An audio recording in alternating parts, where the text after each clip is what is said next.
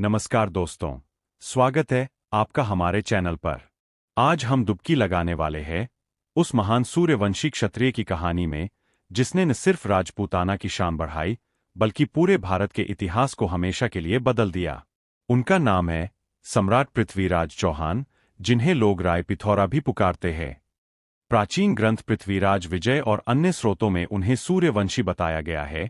भगवान श्रीराम के इक्ष्वाकु वंश से जुड़े, सूर्य की तरह तेजस्वी, न्यायप्रिय और अजेय। चौहान वंश को कुछ परंपराएं अग्निवंशी भी कहती है, लेकिन कई महाकाव्यों में उन्हें सूर्यवंशी क्षत्रिय ही माना गया है। यह कहानी है बहादुरी की, प्रेम की, विश्वासघात की, एकता की और उस दर्द की जो 1192 के तराइन के मैदान में हुआ।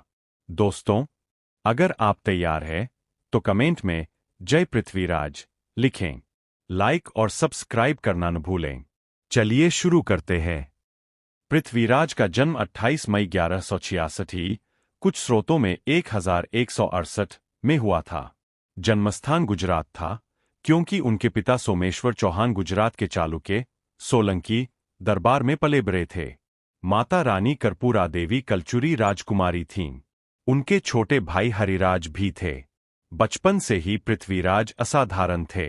पृथ्वीराज विजय महाकाव्य कहता है कि उन्होंने 6 भाषाएं सीखीं, जबकि पृथ्वीराज रासों में दावा है कि वे 14 भाषाओं के ज्ञाता थे। वे गणित, चिकित्सा, इतिहास, दर्शन, चित्रकला, युद्ध कला और धनुर्विद्या में पारंगत थे। जब वे सिर्फ 11 साल के थे, 1177 में उनके पिता सोमेश्वर की मृत्यु हो गई। छोटी उम्र में ही अजमेर की गद्दी संभालनी पड़ी। शुरुआती सालों में माता रानी कर्पूरा देवी ने रीजेंट के रूप में राजकाज संभाला, लेकिन जल्दी ही युवा पृथ्वीराज ने सत्ता अपने हाथ में ले ली। उनका राज्य सपाद लक्ष्य अजमेर क्षेत्र था, लेकिन उन्होंने दिल्ली तक विस्तार किया। दिल्ली के तोमर राजा अनंगपाल या अर्कपाल से संबंध थे और लोकप्रिय कथाओं में उन्हें दिल्ली का राजा कहा जाता है। उन्होंने किला राय पिथौरा का निर्माण करवाया, जो आज भी दिल्ली के पुराने किले का हिस्सा है। गद्दी संभालते ही चुनौतियां शुरू हो गईं। उनके चचेरे भाई नागार्जुन या गुडापुरा ने विद्रोह कर दिया। पृथ्वीराज ने अपनी पहली सैन्य जीत इसी विद्रोह को कुचलकर हासिल की और गुडापुरा पर फिर से कब्जा किया। फिर शुरू हुआ दिग्विजय अभियान। उन्होंने कई पड़ोसी राज्यों पर विजय प्राप्त की। चंदेल वंश के राजा परमर्दिदेव परमाल पर हमला 1182 से 83 महोबा और खजुराहो क्षेत्र जेजाक भुक्ति पर आक्रमण। पृथ्वीराज रासो और अल्हाउदल लोकथाओं में इस युद्ध का विस्तार से वर्णन है। चौहान सेना ने महोबा को लूटा, परमर्दिदेव को कलिंजर किले में शरण लेनी पड़ी। इस युद्ध में चंदेल योद्धा अल्हा और ऊदल की वीरता भी प्रसिद्ध है। गुजरात के सोलंकियों चालुक्य से संघर्ष 1187 में भोमटू के खिलाफ हार भी हुई, लेकिन बाद में 1186 में शांति संधि हो गई। अन्य छोटे छोटे अभियान भटिंडा, पंजाब पर कब्जा, थानेसर तक विस्तार। उनके राज्य का प्रभाव राजस्थान, हरियाणा, दिल्ली, उत्तर प्रदेश और मध्य प्रदेश तक फैल गया। वे राजपूत सामंतों को एकजुट करने की कोशिश कर रहे थे, लेकिन कुछ राजा, जैसे कन्नौज के जयचंद, उनसे ईर्ष्या करते थे। अब आती है वो अमर प्रेम गाथा जो पृथ्वीराज रासों में सबसे ज्यादा लोकप्रिय है। कन्नौज के गहेरवाल राजा जयचंद की एकमात्र पुत्री थी संयोगिता, सामयुक्ता या सांयोगिता। पृथ्वीराज और संयोगिता में बचपन से ही प्रेम था, लेकिन जयचंद पृथ्वीराज से ईर्ष्या रखते थे। वे खुद को उत्तर भारत का सबसे शक्तिशाली राजा मानते थे। जयचंद ने संयोगिता का स्वयंवर रखा, लेकिन पृथ्वीराज को निमंत्रण नहीं भेजा। स्वयंवर में कई राजा आए, लेकिन संयोगिता ने किसी को वर नहीं चुना।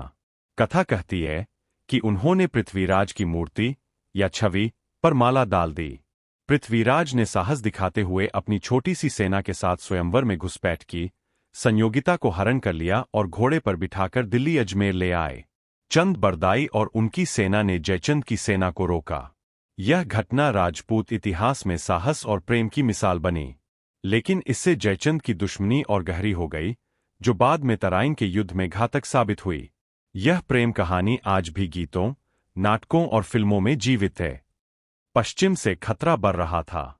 मोहम्मद गौरी, शहाबुद्दीन मोहम्मद 1175 से भारत पर नजर रखे हुए था। उसने मुल्तान, सिंध और पंजाब के कुछ हिस्सों पर कब्जा कर लिया। 1190 से 91 में गौरी ने भटिंडा, तबर हिंद पर कब्जा किया।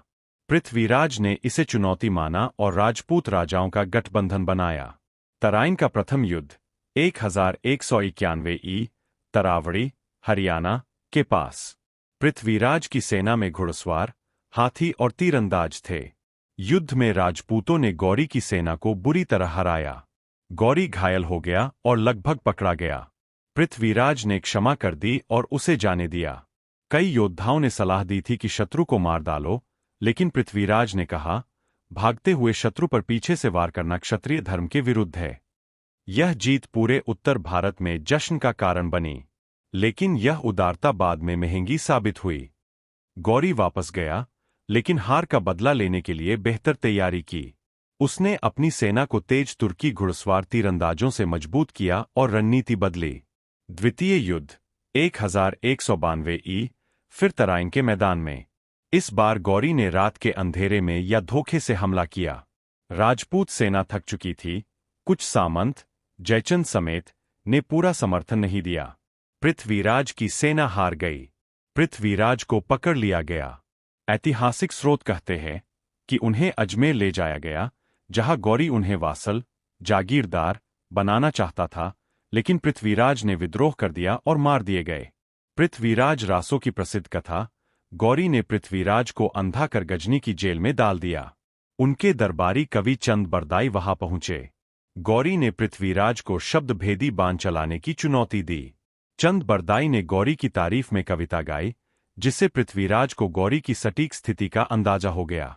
अंधे पृथ्वीराज ने आवाज सुनकर शब्दभेदी बाण मारा और गौरी को मार गिराया। फिर चंद बरदाई और पृथ्वीराज ने एक दूसरे को तलवार मारकर आत्महत्या कर ली, ताकि दुश्मन के हाथों मरना न पड़े। पृथ्वीराज की हार के बाद दिल्ली सल्तनत की नींव पड़ी। उनके भाई हरिराज ने कुछ समय के लिए अजमेर पर कब्जा करने की कोशिश की, लेकिन कुतुबुद्दीन ऐबक ने उसे हरा दिया। पृथ्वीराज को अंतिम स्वतंत्र हिंदू सम्राट माना जाता है, जिन्होंने विदेशी आक्रमण का डटकर मुकाबला किया। उनकी बहादुरी आज भी प्रेरणा देती है। सूर्यवंशी होने का मतलब था सूर्य की तरह उज्ज्वल, साहसी और धर्मनिष्ठ होना। सीख, राजपूतों में एकता की जरूरत, शत्रु को कम न आंकना, क्षत्रिय मूल्यों का पालन। उनकी कहानी हमें बताती है कि व्यक्तिगत वीरता कितनी भी बड़ी हो, सामूहिक एकता के बिना जीत मुश्किल है। आज राजस्थान, दिल्ली और पूरे भारत में उनकी वीरगाथा गाई जाती है। फिल्में, जैसे अक्षय कुमार वाली, टीवी सीरियल और लोकगीत उनकी याद को जीवित रखते हैं। दोस्तों, यह थी सूर्यवंशी राजा पृथ्वीराज चौहान की विस्तृत महाकथा। अगर आपको पसंद आई तो कमेंट में जय पृथ्वीराज चौहान जरूर लिखें। कौन सी भाग सबसे ज्यादा पसंद आई, संयोगिता वाली या तराइन वाली? बताएं। अगली वीडियो में किसी और वीर राजा या राजपूत गाथा के साथ मिलते हैं। जय हिंद, जय भारत, जय सनातन, जय माता दी। धन्यवाद। सब्सक्राइब करें और बेल आइकन दबाएं।